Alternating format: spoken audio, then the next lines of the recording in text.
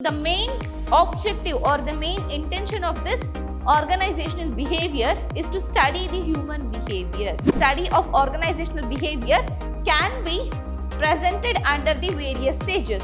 So first one is Industrial Revolution, Scientific Management, Human Relations Movement and Hawthorne studies. He refused to employ the children, then he increased or he create the awareness among their employee about the cleanliness, then he improves their working condition, then he is considered as a father of personal management.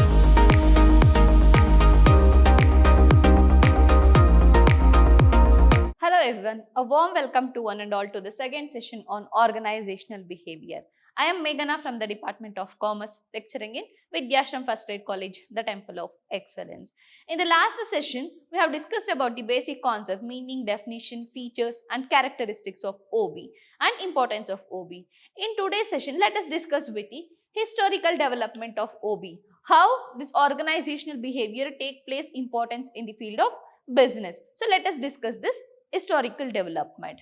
So under that, the field of OB is developed from the study conducted by the behavioral scientists such as industrial psychologists and sociologists. So the main objective or the main intention of this organizational behavior is to study the human behavior.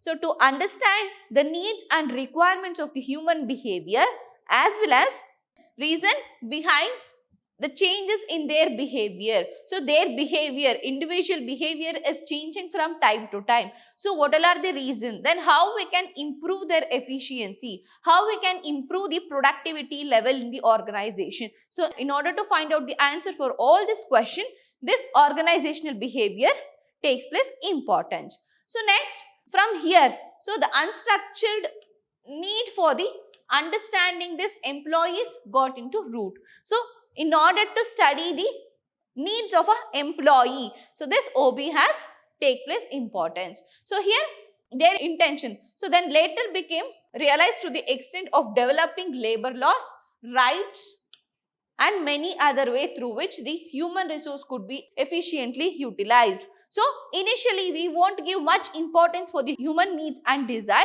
So later they realized and they introduced various laws and rights and various regulations in order to improve their efficiency. So in order to increase the efficiency and effectively utilize the human resources, this OB helps them to achieve their objective. So historical development. The historical development of OB can be linked into post-industrial revolution. So post-industrial revolution. Here the attempts were made to understand and explain the human behavior even prior to the industrial revolution. So even prior to the industrial revolution, the businessman or the owner, they try to understand the human desires and needs. So they try to understand and explain the human behavior even prior to the industrial revolution. But post industrial revolution, it takes place importance. But after industrial revolution, these efforts were consolidated in late 18th century. So next, in the early age, the people either they worked alone or in a group. So earlier they work as an individual or in group, but they work effectively. So the job satisfaction, the concern for the job satisfaction is very less. So their intention is to work hard. They work effectively. They give their 100% for that particular job. So the little concern about the job satisfaction in pre-industrial revolution. So next, too little concern about the job satisfaction. Then OB is based on the knowledge generated through systematic research.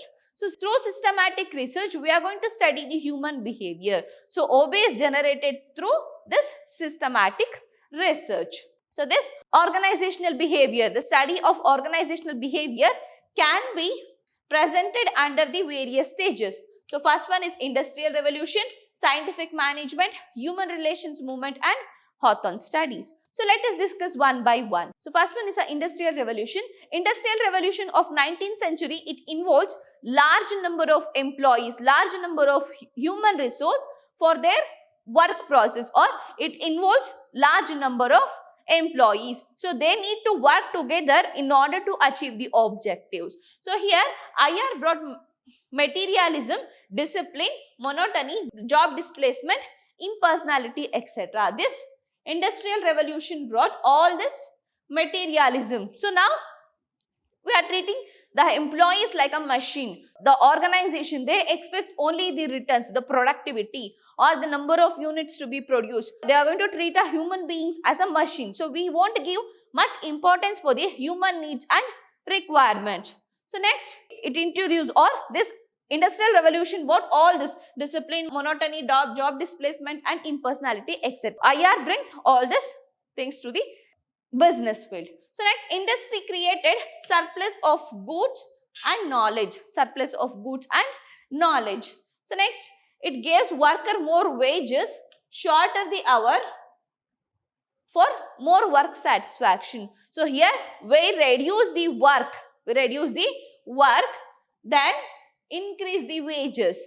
So under industrial revolution, so post industrial revolution, they increase the salary or wages to the employee and reduces the number of hours for an employee. So in order to increase the job satisfaction, for the employee, so that it will help. They think that this thing or this two strategy will help them to increase the productivity and efficiency. They use this strategy. So in the 1800, Robert Owen, the young factory owner, is the first person who emphasizes the human needs and employees, So he gives importance, he emphasizes the human needs and requirements. So he refused the young children. Then he improves the working condition. Then he creates awareness among the employees about the cleanliness. So then he improved the working condition of their employee. Then he is considered as a father of personal management. He is considered as father of personal management. So first thing, he refused to employ the children. Then he increased or he create the awareness among their employee about the cleanliness. Then he improves their working condition. Then he is considered as a father of personal management. So all this action is taken by this Robert Owen. So in the year 1800. Next, in the year 1835, Andrew Urey published his work, that is the philosophy of manufacturer. So his work is philosophy of manufacturers. So it contains some of the factors. So under that first one is, he treated human beings or human resource as one of the factors, like how we have machinery, material and all the things, land, labor, machinery. So we consider human resource, this man, as a separate factors. So human resource is also one of the factors which contributes for the organization, or it is an essential factors for every business. So without a human resource, we cannot operate or we cannot run the business. So we treat human resource as a separate part or one separate factors which is essential for the business activity. So that is first thing. Next one, he facilitates or he provides a hot tea and medical facility and sickness payment for their employee. So under this Andrew Urey is published the work philosophy of manufacturer. So it includes these two factors. So they consider human resource as a one separate factor. Then again, next one is he facilitates their employee with a hot tea, then medical facility and this sickness payment. So all this comes under this Andrew Urey. So next one, in India, J.N. Tata took a special interest in welfare of his workers. So what all are those improvements or what all are those action taken by J.N. Tata? So under that first thing is he introduced sprinkler in his factory. So he introduced sprinkler in his factory for their employee. So next one, in the year 1886, he introduced pension scheme or pension fund.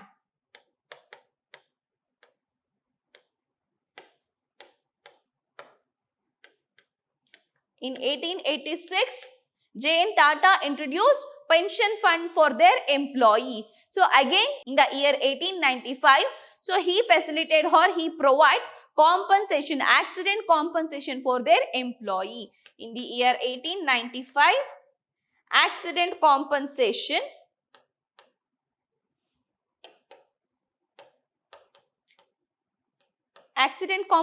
for their employee. So these all are the facilities provided by J and Tata. So all this comes under the industrial revolution. So post-industrial revolution and pre-industrial revolution. So under pre-industrial revolution, the business or the organization, they try to understand and explain the human behavior, but they won't give much importance for their needs and desires. But post-industrial revolution, it gives more importance for their needs and requirements. All these are an example for this industrial revolution. So under post-industrial revolution, all these facilities were given for the employees in order to increase the efficiency. So now we started treating an employee as like one of the important factor or essential factors in order to achieve your objective. So this is all about industrial revolution. So next one is a scientific management or scientific method. So under that scientific method, you know, F.W. Taylor is considered as a father of scientific management. So he published Principles of Scientific Management in the year 1911. So this under scientific method, we are going to study the time and motion. So here Midwell Steel Company in the year 1900, the company name Midwell Steel Company, they conduct a research in order to study time and motion. They conduct a research for the time and motion study. So in order to analyze the human behavior based on the time and motion, they are going to study the behavior based on various factors. So this research is conducted in the year 1900, Midwell Steel Company. So first, it is concerned within the efficiency in a manual labor jobs. So in order to study the efficiency of an employee, so in order to study your efficiency, they conduct this research.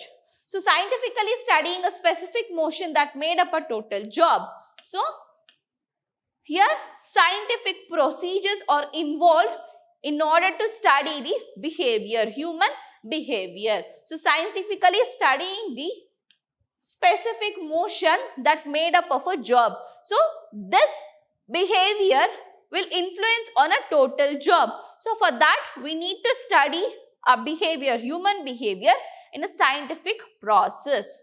So next, a more rational, objective and effective method of performing the job could be determined. So through this study, the effective or the rational, objective and effective method. So the effective method to perform a particular job. So you can find out the best alternative or best way to perform a particular job. So to best way to perform one particular job. So through this scientific management, you can find out a best suitable method to perform one particular job. So in order to find out that, we introduce this scientific management, or scientific management helps to find out this one best method.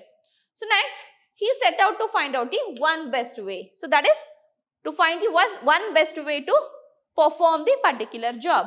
So almost all the cases, his method improved the productivity. So through various methods, he introduced various methods in order to find best method. So he introduced various methods. So all the methods will contribute for will helps to increase the productivity. All is alternative or all is method will helps to increase the productivity. So it up to 400% it helps to increase the productivity. So this is all about scientific management. Here scientific process, we involve the scientific process in order to find the effectiveness or efficiency among the employee. So we are going to study, or the research is conducted on a scientific method to find out the best alternative or best way to perform one particular job. So under this method, all his option or all his alternatives will increase the productivity among the productivity in the organization. So this is all about scientific management. So next one is a human relations movement. So this human relation movement It began in 1930s and continued in various forms until 1950s. So the failure of scientific management will lead to HR movement. So that means, so under scientific management, all his alternative or all his method will help to increase the productivity. So you cannot find out the one best alternative for the to perform a particular job. So the various loopholes, so the various mistakes in the scientific management will lead to introduce this human relation movement, that is HR movement. So heavy emphasis is on the employees, cooperation and morale. So we give more importance for the cooperation, employee cooperation. So try to establish a coordination among the employees. So now under this method, we try to establish coordination among the employee, and in order to increase the morale of your employees. So it will contribute for the organizational objective to increase the productivity and efficiency. So people are treated as a human beings, not a machine. So under industrial revolution, we treat a human being as one of the essential factors for the business operation or for the business activity. Now we started treating a human beings as a asset, or we treat them as a human being or the resource rather than treating them as a machines. So now we started giving importance for the human beings. So that is needs and requirements of an employee. So next one, listening to their needs and problem. So now we give importance for their needs and problems. So now we are start listening to their needs and problems and try to solve their problems and try to facilitate the needs and requirements. So next, and also involve them in decision making. So now we also involving them in a decision making. It helps to create the goodwill, or it helps to increase the efficiency of the employee. So recognition of their feelings, sentiments and ambitions. Under this human relation, we give more importance for their feelings and all this feelings, sentiments of an employee. So next, historically, three factors contributed to the recognition of the human factors in an organization. So first one is Great Depression, then labor movement, and the last one is a Hawthorne study. So next one, Hawthorne study. Under Hawthorne study, F.W. Taylor through his experiment increased the productivity by rationalizing it. So F.W. Taylor under scientific management, he introduced, or through his study, he increased the productivity by rationalizing it. But under this Hawthorne study, Elton Mayo and the followers, so they try to increase the productivity by humanizing it. So that means they give importance for the human needs and desires, so their feelings. So through this humanizing all these factors, it contributes to increase the productivity. So they humanizing it. So next one, in the November 1924, a team of researcher and the professor from the Harvard Business School of USA, so they started this research, or they conduct the research in order to find out, or in order to increase the productivity and efficiency. So they conducted 4 separate experiments. So they conduct 4 separate experiments to increase the productivity and to study the human behavior. So what all are those studies? So first one is a illumination experiment. Second one, relay assembly test room experiment. Then last one is mass interview. So illumination experiment is from 1924 to 1927. So under this experiment, the group of employees, 5 members, a group of employees are located or shifted to separate experiment room. So they try to find out the illumination, the lighting effect, how it contributes or how it influences the productivity of the employee. So that means, so now all the employees they are working in a normal condition. So this test group or this experimental group, these 5 members are shifted to the experiment room. So here they try to find out the reason. They try to find out whether the lighting effects will influence on the productivity. So first they reduce the illumination. So they cut down the effect. They cut down the powers. So lighting, so will it contribute or will it affects for the productivity? So no effects or no influence, it will not influence by the lighting. Again they increase the illumination, so the power, the lighting power they increase. So then again they check whether it will influence for the productivity or not. No, the productivity remains same. So through this only the lighting will not contribute for the productivity. So some of the changes or it may influence, but reducing and increasing will not influence on the productivity. So they find this illumination experiment or this illumination factors will not influence the productivity. So under this they try to analyze what are the factors which influence for the productivity or human behavior. So what is the main factors which contribute for the human behavior? So that leads to the productivity and efficiency. So here first thing is illumination. So they try with this illumination experiment, but it fails. So they don't find solution or answer from the illumination. So next one, they try this relay assembly test room experiment. So from 1927 to 1928. So here again 5 girls are chosen in order to conduct a research or experiment under this Hawthorne study. Here the company is manufacturer of belts. So these 5 girls are located to the test room. These 5 girls are located to the test room and the scientist and the researcher are located in order to observe their behavior and their working condition deeply. So the remaining employees are working in a normal condition. So here these 5 girls are located or they are placed to the test room and the researcher is also allotted in order to observe their behavior and their action or their working condition. So first whole 8 hours. So they need to work whole 8 hours without break, without meal or without food they need to work. So the productivity will increases. Productivity will increase. Again, then they started giving 5 minutes, 3 breaks. 5 minutes, 3 breaks. So total 15 minutes break. So 15 minutes of break. So again it increase the productivity. So again they increased it to 10 minutes of 2 breaks, total 20 minutes break. So it increased the productivity. So one point of time it increased the productivity, but at a decreased rate. For example, here it increased to 1000 units. 1000 units. Again under first stage, so it increased to 1200. So here the amount is, the number of unit increased as 200. Again it will increase to 1300. So it is increased by 100 but at a decreased rate. So here the increased amount is 100 but here it is 200. So it is increased at a decreased rate. So they find out that it will not work.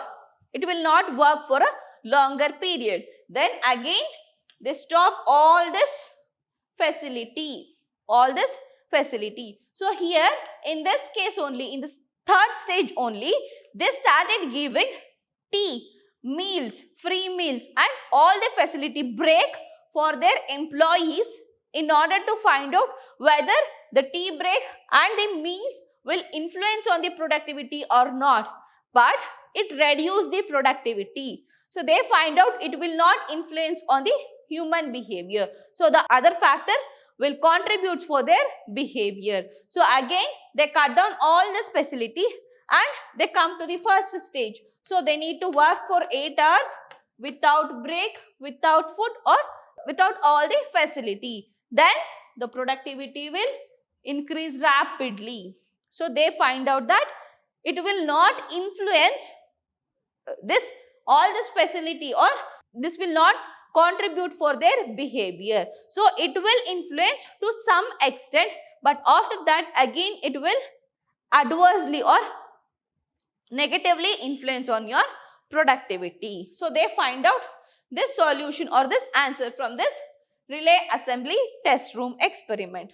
So next one, third one, mass interview. Mass interview, it is conducted between 1928 to 1930.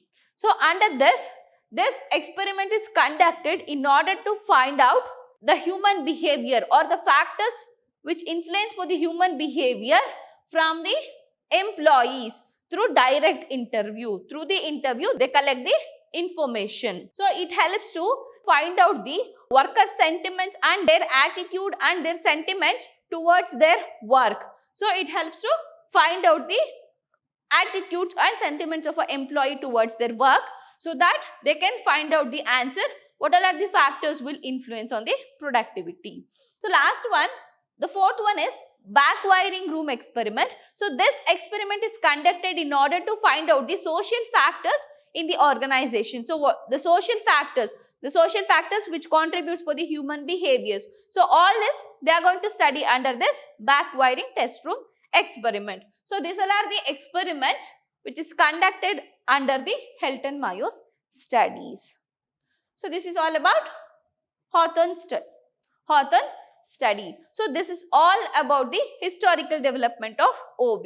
So it compares pre-industrial revolution and post-industrial revolution. So how the OB, the organizational behavior, study of a human behavior takes place and importance. So now it is an important factors to study the human behavior in order to increase your productivity and efficiency in the organization.